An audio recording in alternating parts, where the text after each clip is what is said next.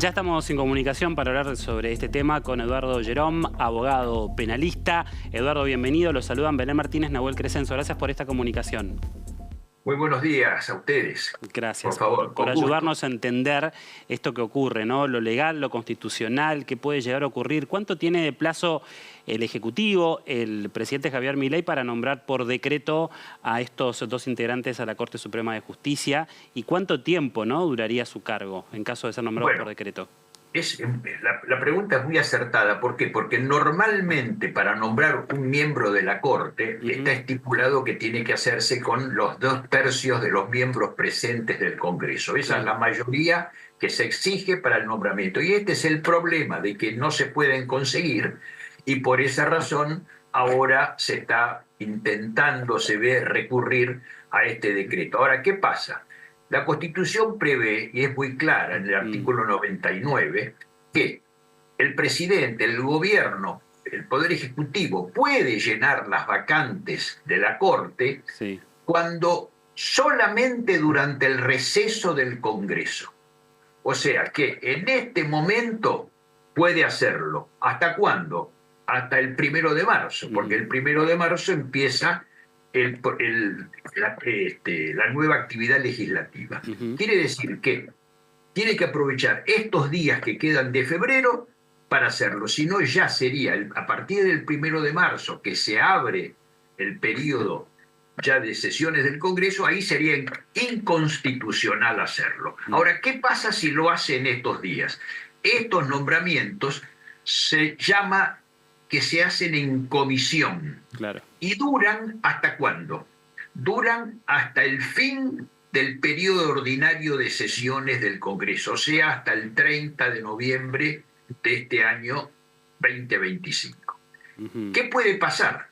Puede pasar que durante el año el Congreso se reúna y rechace el nombramiento, en cuyo caso allí fenece la actuación de los nombrados. Puede ocurrir que durante el año el Congreso les dé el acuerdo, en cuyo caso ahí adquiere características definitivas esta actuación. Y puede ocurrir también que durante el año el Congreso no haga nada y que cuando se llega al 30 de noviembre, ahí termine la actividad de los dos jueces que están nombrados o del juez que nombre. Y en el caso del doctor García Mansilla, ahí no habría ningún problema, porque no solo no es juez, no es funcionario público, entonces él tiene el carácter de decano en la Universidad Austral. Quiere decir que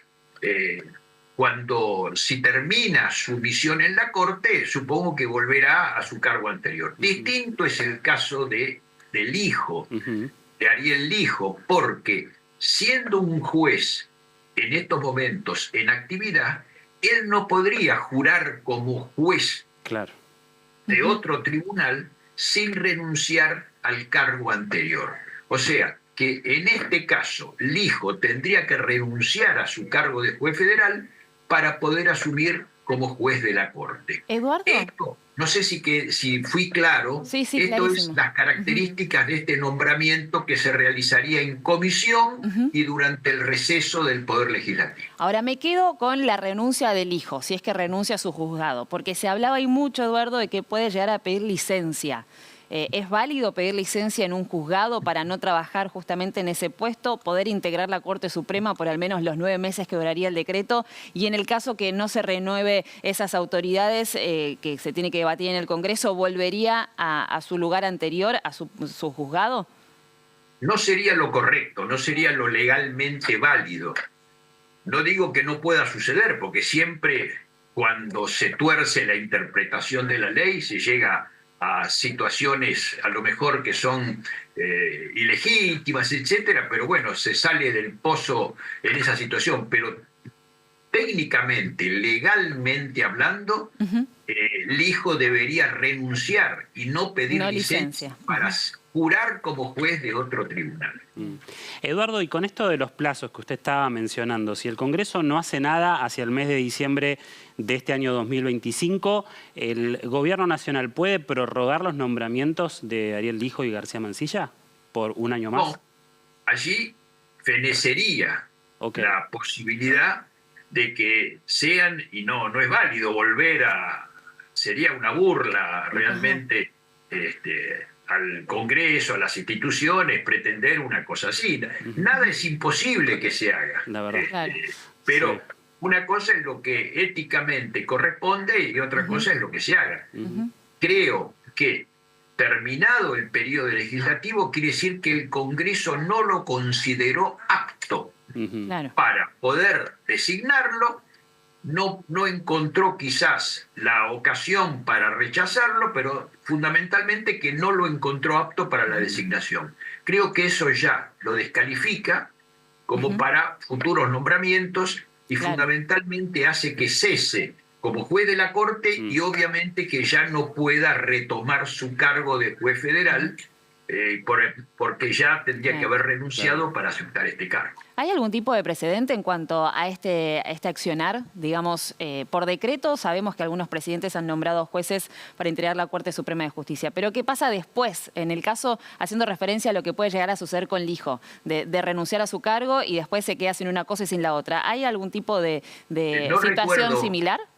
No recuerdo situaciones anteriores, pero por ejemplo sí puedo decir que durante el gobierno de Macri se intentó nombrar por decreto, pero cuando se vio que existían numerosos inconvenientes o se habían puesto frenos para que lo haga, etcétera, prefirió optar por el camino de mandar el acuerdo para nombrarlo tanto a Rosati como a Rosenkrantz, que fueron los dos jueces que nombró Macri, y que fueron aceptados por el peronismo también. ¿Por qué? Porque Rosati tiene antecedentes peronistas, a pesar de ser un jurista de nivel y que nunca se mostró adepto a ser condescendiente con nada del peronismo, sino que creo que falló siempre en forma independiente.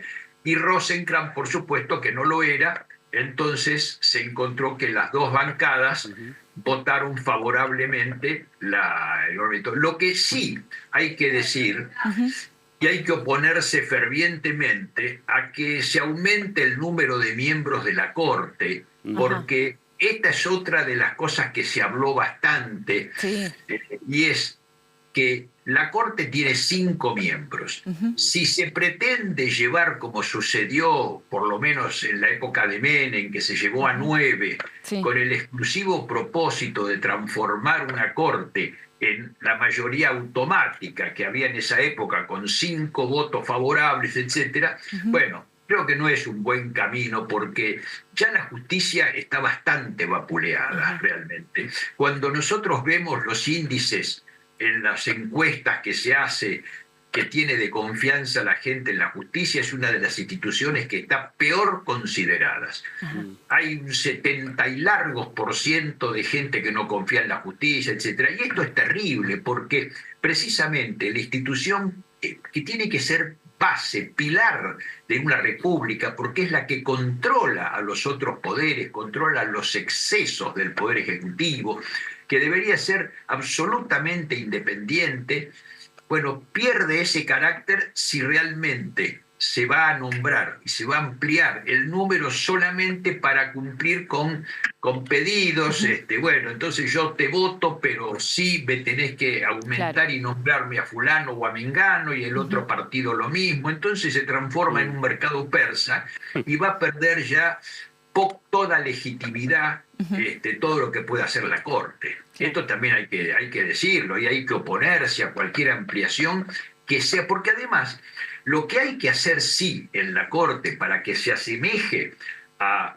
Ustedes saben que el sistema legal se copió en el de Estados Unidos, la Constitución argentina, y lo que hay que hacer es evitar que la Corte tenga que intervenir en miles de causas en el año.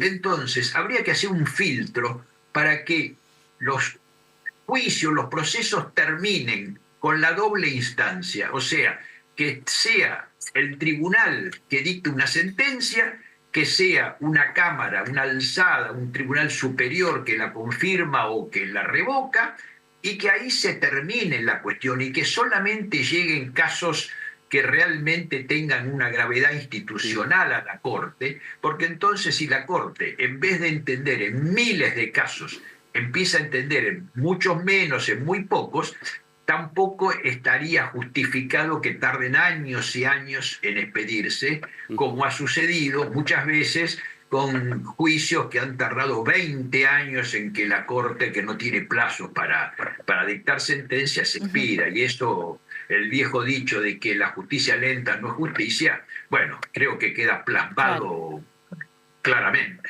¿Cómo ve esta resolución de la Corte Suprema que se conoció hace semanas nada más, de que muchas causas a nivel nacional pasen por fueros que están en la ciudad de Buenos Aires? Recién hacía referencia, ¿no?, a ese punto. Perfecta la decisión de la Corte. ¿Por qué perfecto? Porque en el año 94 se creó que la capital federal, que era un territorio nacional, pasó a ser una provincia más. Entonces, si la ciudad de Buenos Aires, que ahora tiene autonomía, ahora tiene su propia policía, también, ¿por qué no tiene que tener su propia justicia? Lo que pasa es que los jueces se resisten, pero muy fuertemente, a pasar a ser de nacionales a locales. Pero en realidad, los jueces que tienen el pomposo título de juez nacional en lo civil, juez nacional en del trabajo, juez nacional en lo criminal, pomposo título, en realidad no son nacionales. ¿Por qué? Porque intervienen en los hechos que ocurren en la ciudad de Buenos Aires. O sea, claro, técnicamente son locales. Y más allá de perder ese título que tanto les gusta, creo que tienen que adaptarse a una realidad. Y la Corte lo que hizo fue, señores, desde el año 94 nada se hizo para que los tribunales sean locales. Bueno, empecemos de esta manera. Claro. Empecemos porque los fallos de todas las cámaras de la ciudad de Buenos Aires tengan que ser recurridos. ¿Ante dónde? ¿Ante la Corte Suprema de Justicia? No. Primero ante el Tribunal Superior de Justicia de la ciudad. Claro. De tal forma que ya estamos encarrilando los procesos judiciales dentro del ámbito de la ciudad de Buenos Aires, como corresponde.